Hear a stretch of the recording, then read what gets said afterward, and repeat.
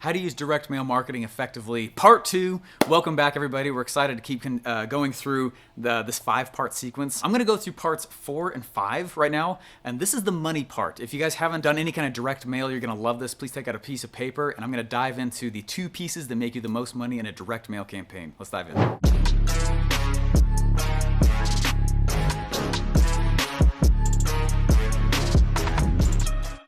So just real quick at a 30,000 foot view, what is a direct mail campaign? It's this physical mailer sequence where we are sending out mail, and it's similar to email, we actually put the exact same stuff on email as we would on a direct mail campaign. And what we're trying to do is not look like a bill. We're not trying to look like a letter from the insurance company. We're not trying to look like a letter from a bank. All those look exactly the same, right? It's literally a letter in an envelope, and the gatekeeper opens it. That's a problem, right? They throw marketing away. So we need to get past the gatekeeper. So we put lumpy stuff in the mail. And so this is part 4 that I sent out. This is about a year ago. We put out 10,000 of these, and we made hundreds of thousands of dollars off of an event that this was promoting. And we sent out a whole bunch of lumpy stuff. So I got all these props right here. I believe this is the letter that we sent out, a Play-Doh kit. Let me read the letter so you guys can see why this worked, because I know it's weird, which is half the reason it worked. So in letter 4, what I'm doing is I'm trying to help them realize that yes, you have the resources to be able to go launch, right? Part 1, 2, and 3 are really setting the stage. They're saying, hey, check this out. This is an opportunity for you. And where we are psychologically when they get to part 4 is they're starting to say things in their brain like, all right, this is cool. Or they're like, oh, this is not cool, right? They've already made that decision. All right, this is cool. Can I do this? All right, this is cool. Do I have the resources to pull this off? Do I have the time in my life to go do this? Do I have the support from spouse, support from community? And so these are the types of things they're starting to go through. So by part 4, this is crucial that I am speaking to that part of their brain.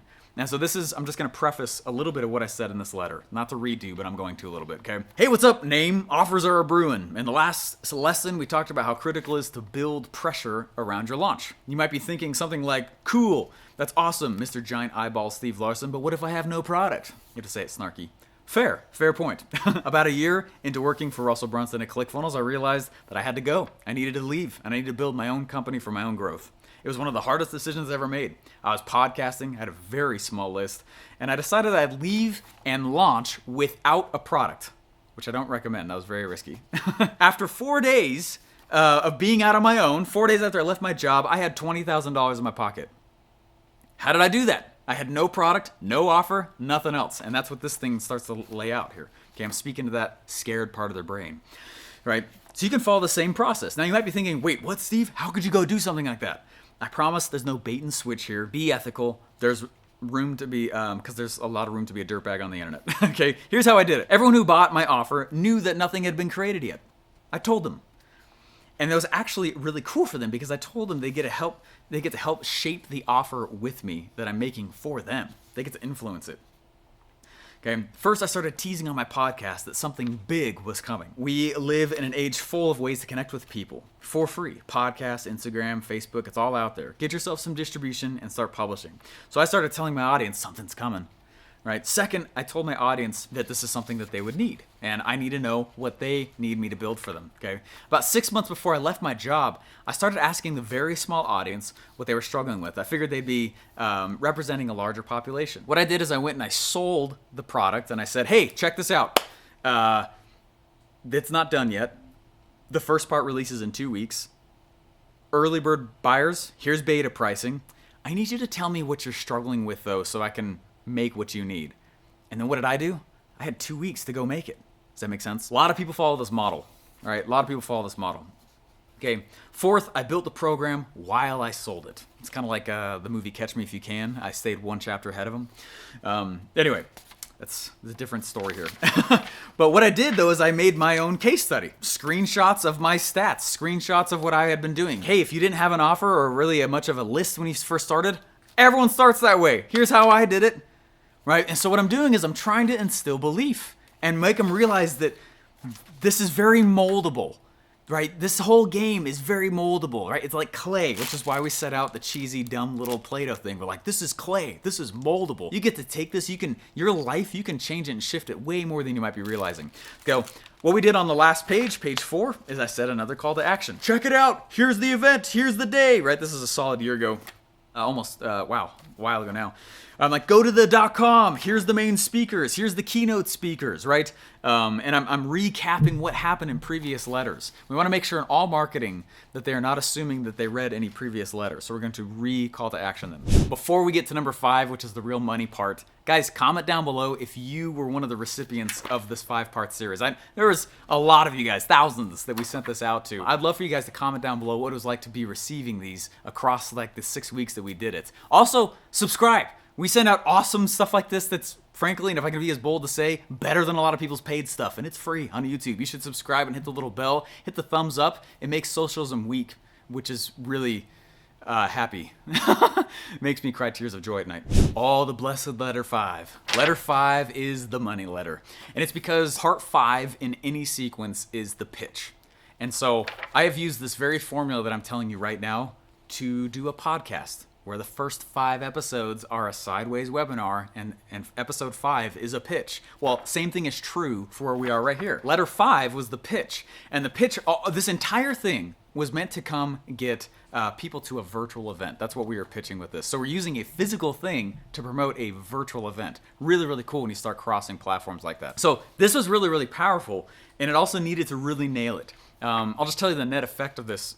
We had 850 people at that event, and we made, in total, the entire thing was 660 grand. So it went well.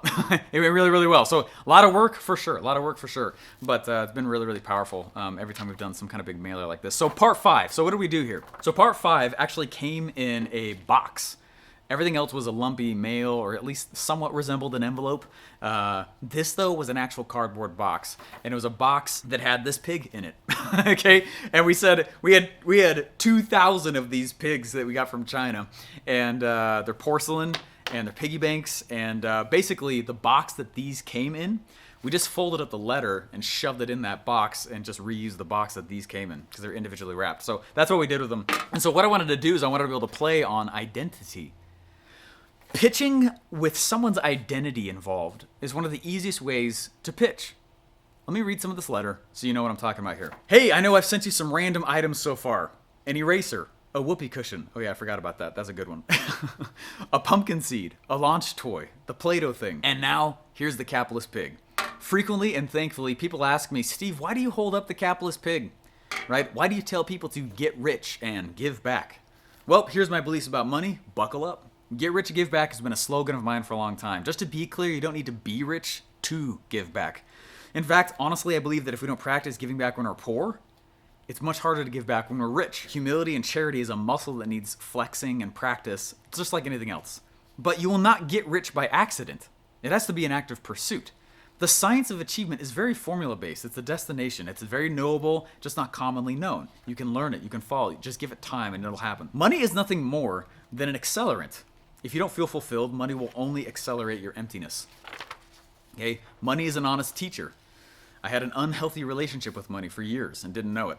Money favors those who create value. It's a direct feedback system that lets you know if you're solving problems for others. Extra resources begin to simply reveal your inner thoughts and intentions. Money slowly uncovers your true wishes. It's a magnifier of who you are at your core. That's nothing to fear, and certainly not a reason to avoid attempting to get rich. Anyway, so I'm not going to continue to read this. I call this my capitalism manifesto. It's several pages long. But basically what I'm saying in here is like, look, if you believe in making money on purpose and that that's not a bad thing, and I say in here, and I'm just going to say it as well because I plead the fifth, baby, what's up?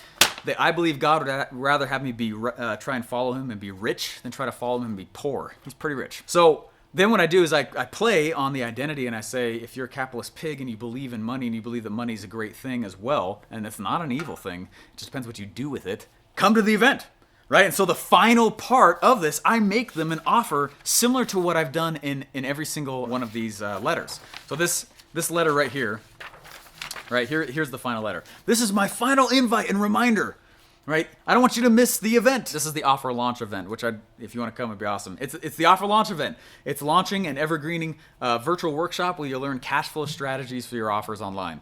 That's awesome. And then I'm like, here's what you're going to get. And I list out what they're going to get. And here's the speakers. And there's the speakers. And then call to action, call to action, call to action. You just lace those for everywhere. I put them all over the place. Open up your browser. Go to offerlaunch.com. Reserve your ticket. I mean, I'm literally walking him through how to purchase. Okay, but this is a big deal. Okay? Too many times people end without this page. This is the whole reason you are doing the campaign. Don't skip pitching. It's the reason you started talking. And so don't be afraid to ask for money. Don't be afraid to sell. It's an amazing, sales is one of the most prestigious careers on this planet. Sell on purpose, unapologetically. There's enough apologetic marketers in this world. Don't be one of them. All right. So what I want to do is at this point is I'm going to start telling them, look, I've asked you 5 times now to come by. And I've told you 5 times in 5 ways now what if you know that you're a good fit for this. We had 850 people come to this event. It was awesome. They were not getting a free ticket either. They came and they bought a ticket. We recouped our cost on that, and then everything we sold at the event was pure profit after that. The whole point with this 5-part mailer series is to understand that it's the exact same script as if I'm doing it in a virtual webinar, as if I'm doing it on a podcast, as if I'm doing it in an interview series, as if I'm doing it on a YouTube channel. It's the same thing. Sales is the sales, the sales, the sales, the sales. And all I did is we just chose to use this 5-part sequence to gain the attention and the trust of our customers, send them random stuff that makes us stand out so we're new and different, and then open up a gap in their head for us to pitch where they are welcoming us to pitch. That was awesome. Thanks for the effort and energy, Steve. Yeah, all right, pitch. All right, sweet, I'm in. Hey guys, I got this awesome gift for you guys. We got this great deal going on where you give us money and we give you a ticket because it's already a deal. Go to offerlaunch.com. I'll put the link in the description. But you should come to the event. The event will teach you 5, 6, and 7-figure launch strategies. If you have a list or don't, obviously it helps if you do, but if you don't, you're not disqualified. We still teach you how to launch your product on the internet. It's an amazing event. It's 3 days. It's workshop style. You'll get a ton from it. Go to offerlaunch.com. The link is in the description and we'll see you there.